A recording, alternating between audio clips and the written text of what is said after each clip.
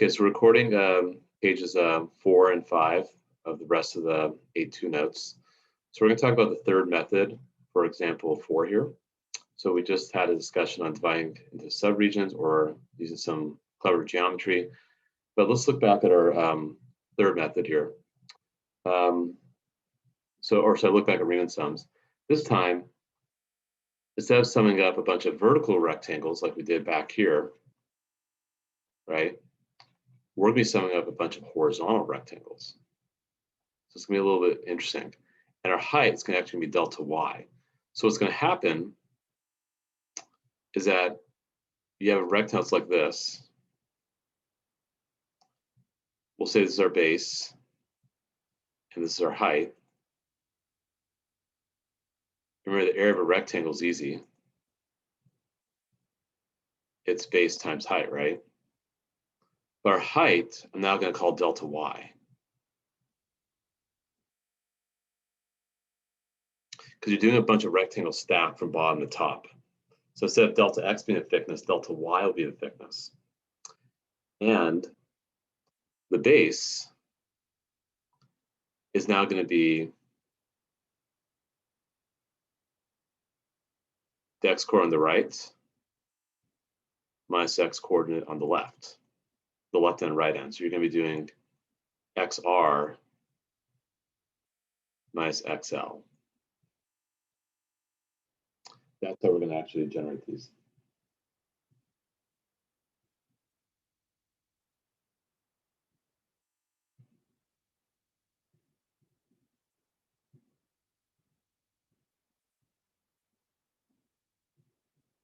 So the height of the typical rectangle is now going to be delta y, and the width is going to be xr minus xl. The sum of those areas is still going to be using sigma notation, still a Riemann sum. But now what you're going to do is you're going to call the right curve f of y, the left curve we're going to call g of y. So you're going to get the functions in terms of y. So you want x as a function of y. So for example, if you had like, and I'll do an example very shortly so you see how this works, but you're going to be doing f of y minus g of y times delta y.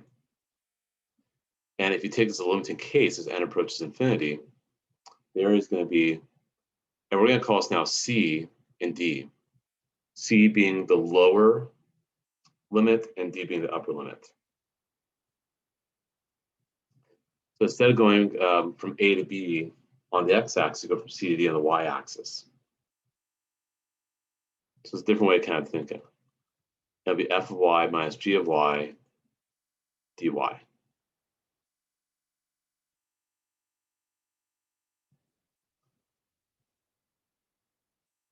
So it's going to be the right function with x in terms of y, and the left function with x in terms of y. So let me actually type as a text box.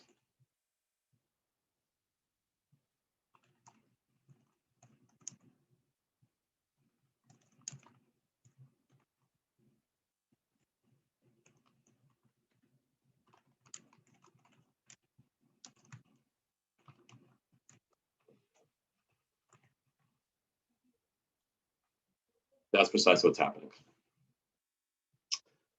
So let's revisit this example.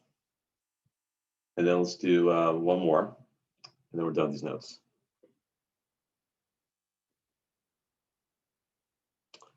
So example 4 again. Find the area of the region R in the first quadrant that is bounded by y equals root x. Okay, blah, blah, blah. Okay, great. So I want this right here.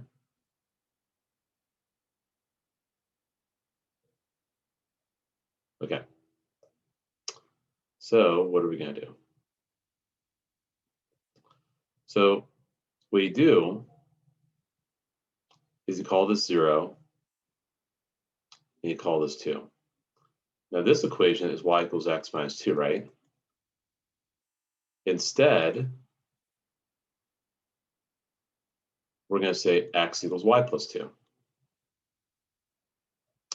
This equation right here is y equals root x. Instead, you want to isolate x now. X will equal y squared. And then we get these numbers a little closer to the axis. Yeah, it said x equals y squared. So you're going to integrate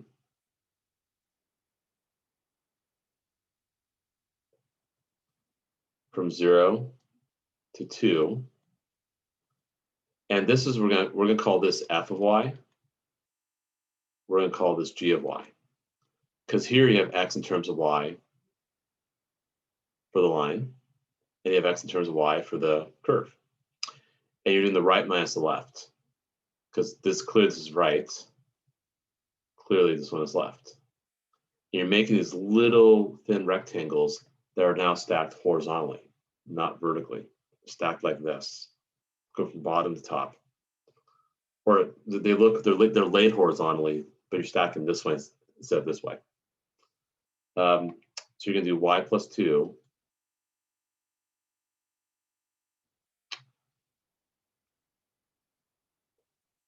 minus y squared.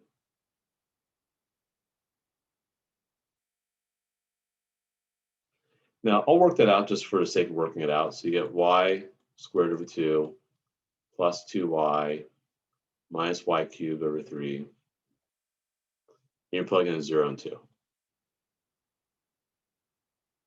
If I do that correctly, I do get 4 over 2 plus 4 minus 8/3.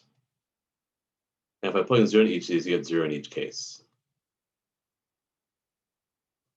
So it's 6 minus 8/3, 18/3 minus 8/3.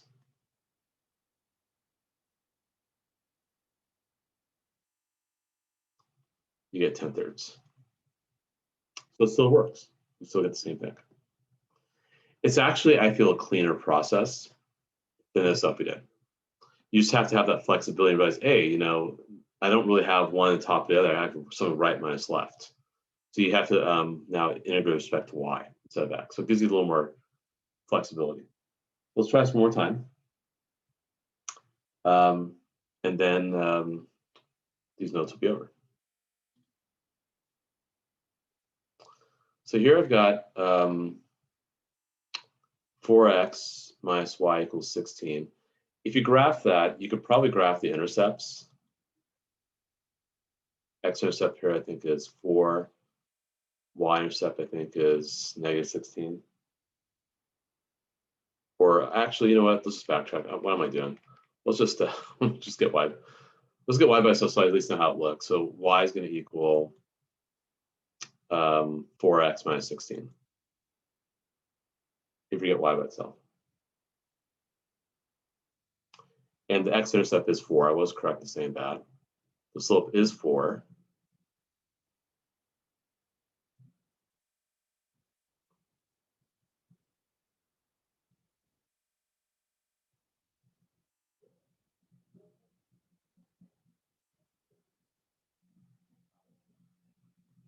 Okay. So there's my line. Have my points done correctly. This one, well, it's a weird one. It's a sideways parabola, actually. Not sure if you guys remember this from algebra 2. When you graph like all the conic sections, which actually we had to cut out, I think, from last year during the pandemic. So we shall see how those guys do in calculus next year. So -1, 0 is a vertex. And if I were to plug in, like, say, I think, like, I don't know, 0 for x, I think y is 2 or -2. By the way, you can punch this in Desmos. If you type this in like that exactly in Desmos, you don't have to isolate y. It'll give you the right equation, just so you know. So I would probably say use Desmos. Sometimes graphing Desmos is more efficient than doing it in the calculator. And also, if I were to plug, like, just try and think here. I don't know. I'm just gonna let's just graph this.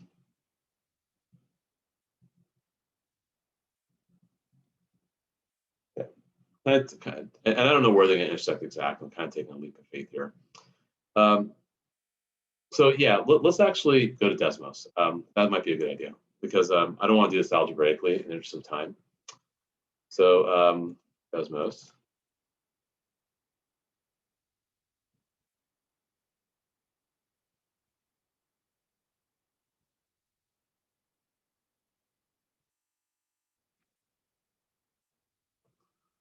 Boy, Desmos really taking a sweet little time here.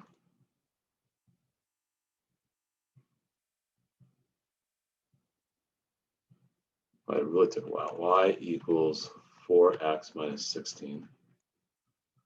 And you could just say y squared minus 4x equals 4.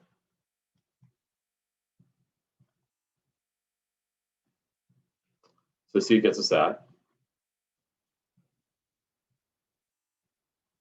Okay, cool. So we have 5.25 comma 5, and down here I get 3 comma negative 4. However, I'm going to integrate like this. I'm integrating from here to here. And remember, I'm doing these thin rectangles stacked in that manner. So I'm going from negative 4 to 5. My right function, actually, I should get x by itself. So it'll be y plus 16 equals 4x. X will be y over 4 plus 4. Here,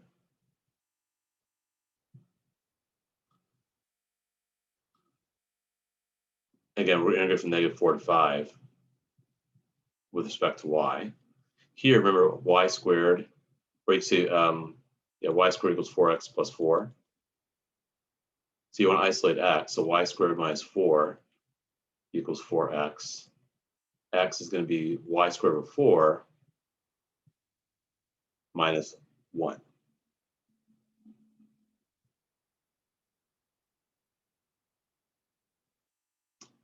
And yeah, I got that right. Now, this is what you're integrating.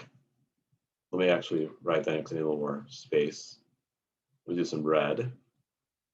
So what am I integrating? I'm integrating from negative 4 to 5. My right curve, which is y, do a bracket here. My right curve, which is y over 4 plus 4, minus my left curve, which is y squared over 4 minus 1 times dy. And that will get you the area between the two curves. Now, don't worry about working it out. At this point, use your TI-84, please, please, please. Use your TI-84 to do this. I don't really care so much about the value, because I get to test the valuing integrals. Actually, I've already had this test, and you guys have done fine with that. I care more about setting it up. So I care more about the setup, and that's the setup right there. Maybe I might make some old choice, like I might say, hey, of these four choices, which of these would find me the area? Maybe I might do that. So don't worry about evaluating. I care more about setup.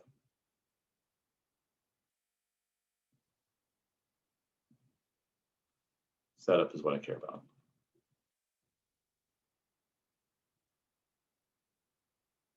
Question in the chat? Oh, great question. You're right. Y is a variable. You use x instead of y. Same thing. Remember, the letter's arbitrary, right? It doesn't matter when you integrate. But the calculator just, it likes to see x. So yeah, don't use y, just use x. The same thing. So okay, cool. Well, I'm very happy. We officially completed. Congratulations, you guys have finished AP Calculus AB. We did 12 topics in 4 weeks. I never thought my wildest dreams that's how I would teach calculus, but we did it. So, however, I didn't really give an opportunity for you guys to ask questions about the previous homework. Let me at least go over the Google form and the rest of the notes. Let me do that at least. And then any textbook problems that was assigned that was due today, we could talk about that on Friday.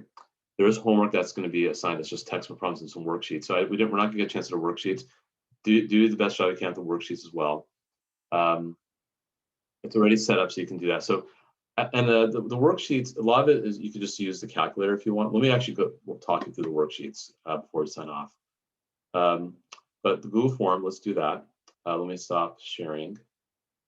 And